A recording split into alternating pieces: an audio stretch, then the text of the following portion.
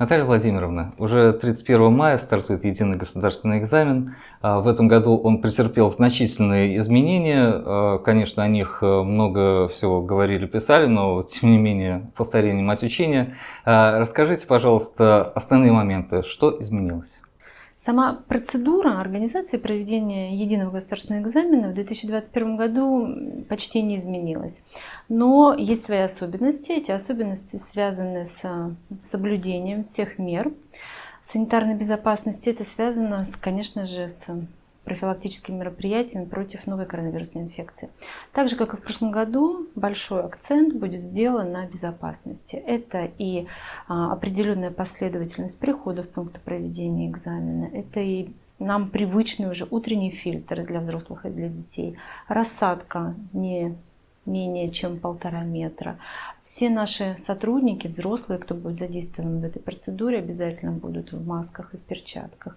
Есть все диссредства, достаточное количество рециркуляторов. То есть, к сожалению, уже привычные для нас меры безопасности будут полностью соблюдены. Это вот если из общих подходов. Если наш выпускник планирует поступать в высшее учебное заведение, для получения аттестата ему необходимо сдать русский язык и те предметы, которые ему нужны для поступления в университет. Если же по каким-то причинам, а у нас и такие выпускники есть, кто не планирует поступать в высшее учебное заведение, им для того, чтобы получить аттестат о среднем общем образовании, необходимо сдать 2 экзамена – русский язык и математика. Вот такое существенное отличие.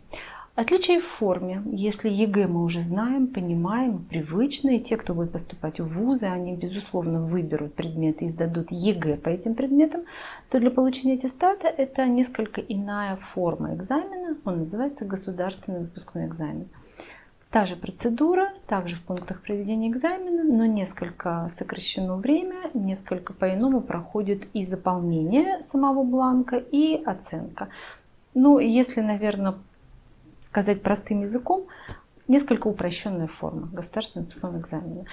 И 4500 действительно наших выпускников текущего года и почти 500 выпускников прошлых лет действительно через несколько дней приступят к сдаче своих экзаменов. Надеюсь, что все пройдет успешно, и они получат в первую очередь аттестат о среднем общем образовании, что они 11 классов отучились и благополучно завершили свое обучение.